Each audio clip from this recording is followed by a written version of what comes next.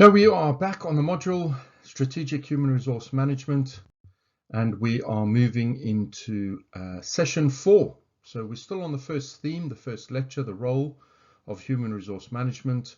We have thus far looked at what human resource management is. We've looked at the functions. We've then looked at the types of strategy to understand how there's going to be a link. And we're now going to look at the importance of strategy, particularly making the key links between this and human resource management.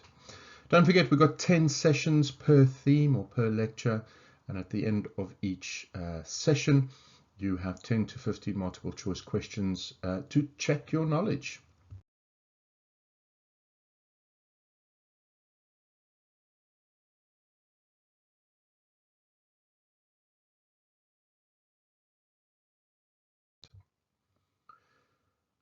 These are the various themes. We're still in theme 1 or lecture 1, the role of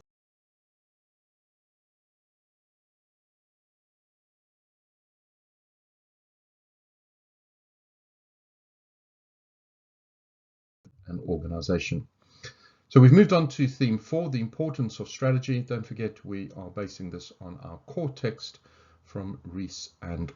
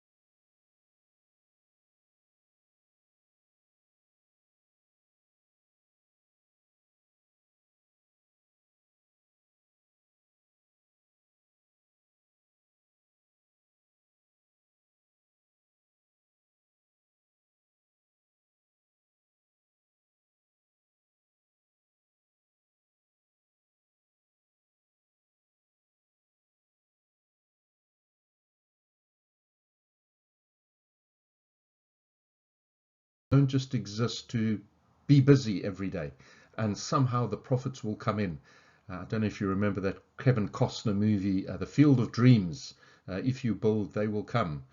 Sometimes people's strategy around businesses is they've got a great idea. They've done no market research. They've got no idea, what the competitors are like. They've got no idea around the saturation of those ideas within a market.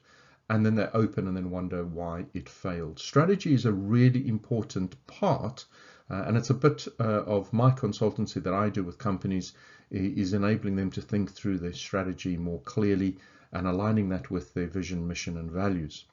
So let's think about strategy in a more general sense, but you will begin to see the logical links and connections to the management of human resources in order to achieve these strategies.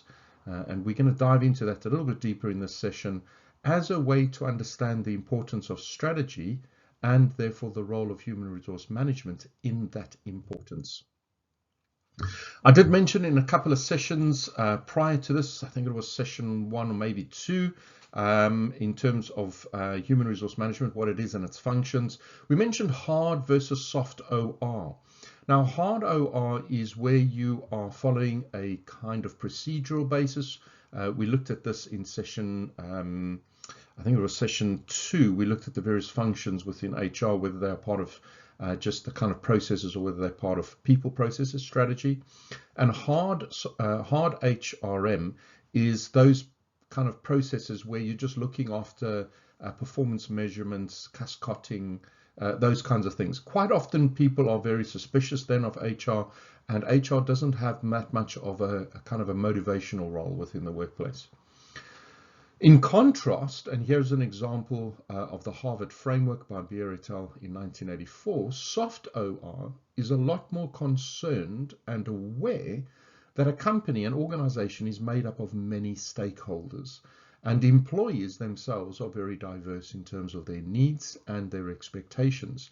And you are wanting to work with these, and as much as you possibly can, to take advantage of that.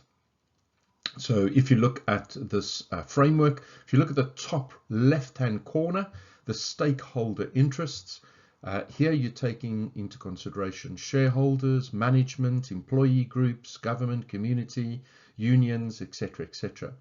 And you are wanting all of that to be connected to the long-term consequences of this mix of stakeholder interests. You want to think about the individual well-being, you're thinking about the organization, its effectiveness, and its impact within the society within which it finds itself. And all of that is part of that stakeholder interest. Of course, there are also situational factors that impact upon the stakeholders.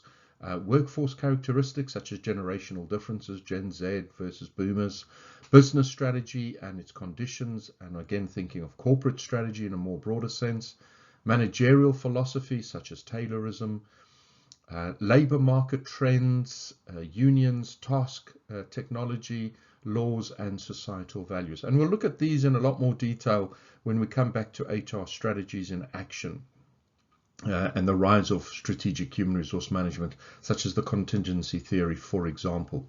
But taking all of this into consideration and thinking about the long-term destination of where the organization needs to be with its human resources, then only, and you'll notice that these are the arrows that go around the outside, then only taking all of that into consideration as part of soft human resource management, you then start to think about the management of your human resources and the policy choices that you would make. So the employee influence in terms of employee involvement and participation, the human resource flow, reward systems, work systems, making sure you're being fair and transparent. Then the outcomes in terms of commitment, competency, congruency, cost effectiveness, and of course motivation. And all of that then begins to feed into those long-term consequences.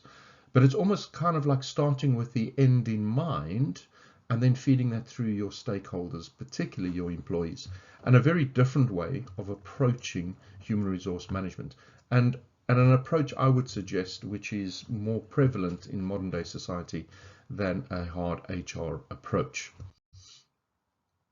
So thinking about the soft OR approach, you can clearly see how important this is, again, linked to the overall success of the company, again, linked to the size, the history, the structure of the organization, and therefore how this impacts and is impacted by the size, history, and the structure of the markets. Guest therefore says there are 6 core components that human resource management includes in the overall strategy of the organization. Clearly, we're talking about the human resource strategy as it aligns with the organizational strategy.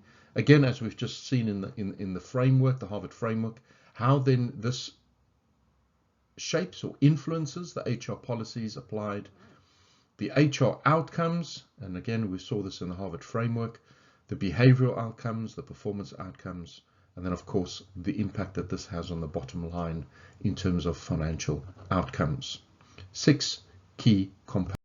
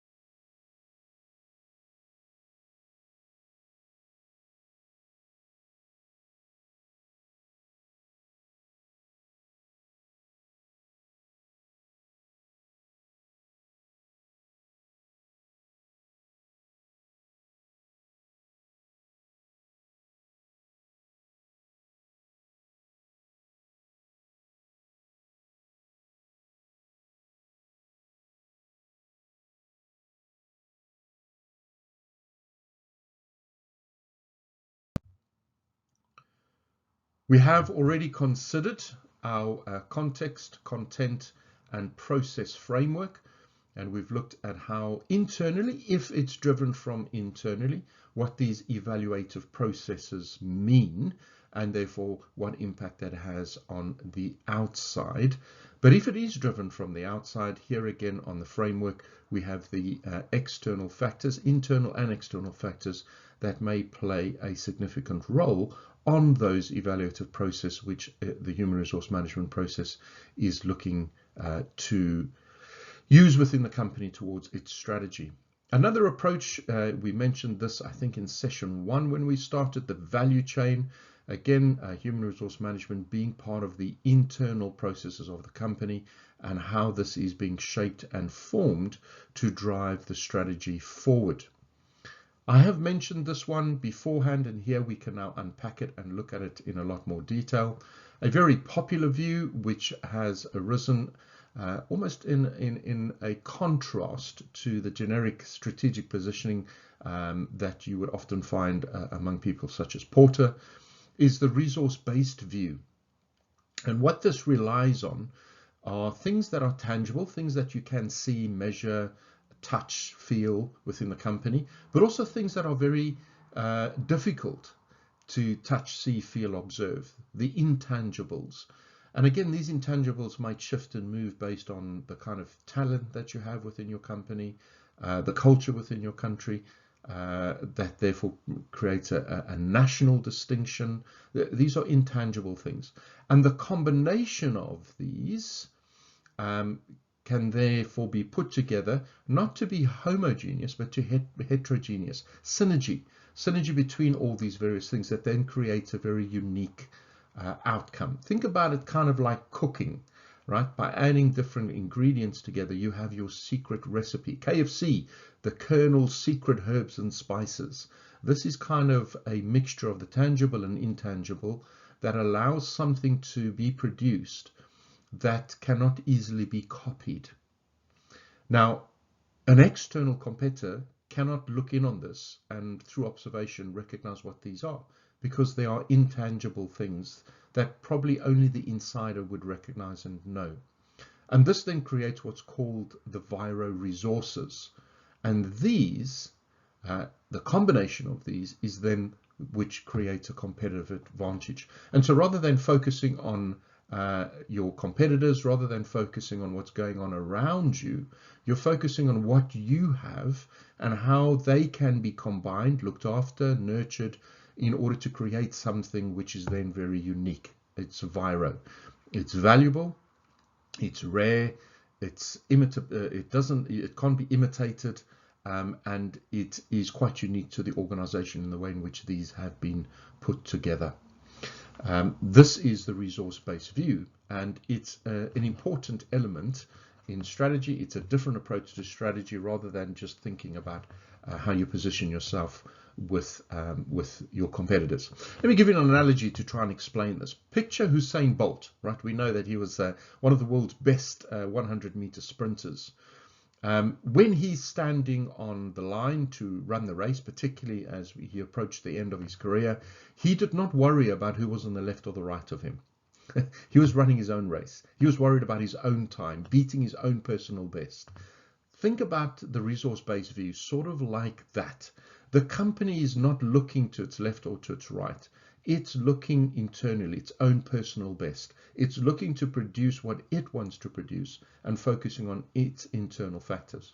However, everybody else around Usain Bolt, they know that he's going to come in first, but they're worried about whether they will come in second. And so they're looking at their competitors. They're wanting to make sure that, you know, as the gun fires, that they're up first, and they want to get their nose ahead of the line in front of everybody else, because then that positioning will give them that second place. That's kind of competitive positioning or competitive strategies, constantly comparing yourself to your competitors and adjusting your approach, your products, where you are, how you do things in order to continue to have that competitive advantage. The resource-based view is very, very different, as you can see, because it focuses on those internal processes. Again, you could potentially look at your value chain and how what you have in your value chain offers you this viro distinctiveness, differentiation, which others can't imitate. They don't know what it is, therefore to imitate it.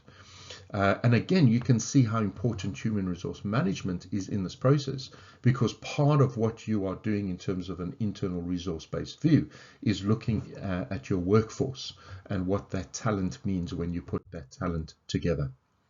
So again, in terms of the common practices, what are the implications on human resource management and the implication that this will have on that overall strategy, such as the resource-based view? Well, again, just a reminder, some 4 common practices: the hiring of people, recognizing how to get that talent in, particularly if you're looking to create something internally, such as a resource-based view, that kind of synergy, knowing what kind of talent you're after, not just talent, not just filling a hole. We need somebody to do this, but actually looking for some uniqueness in the way in which you're doing that. How you evaluate that performance, how you evaluate whether people are happy at work. We looked at this in terms of that framework, the content, context, and process framework. How do you compensate fairly? How do you encourage good work, bonuses? And then, of course, your training and development. How do you raise the bar across the organization so that you have a process which addresses that across the board? Now, in terms of training and development, here you have your red ocean and your blue ocean strategy next to each other. Red ocean strategy is when you are competing in an existing market. And basically here it's the competitive positioning, looking at how you can position yourself in comparison to your competitors. A blue ocean strategy is when you are in a market space where there aren't any competitors, or there might be one. And again, you can think about how you can take advantage of this and how you can break the value cost trade-off in being in this particular position. And again, we're thinking here of differentiation or low cost in the way in which you position yourself. But the resource-based view is an effective strategy that can be applied here in the blue ocean strategy.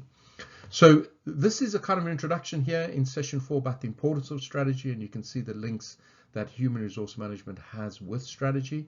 So this nicely leads us into the next session, session 5, where we're going to be looking more explicitly at how human resource management is connected to strategy, and we'll pull out some of these and look at them in more detail in terms of what are the implications and applications of strategic human resource management within that strategic thinking process. And that will then lead us on to session 6, where we will then finally begin to introduce strategic human resource management as its own entity, and what it brings and what it delivers within the process of an organization as it seeks to achieve competitive advantage.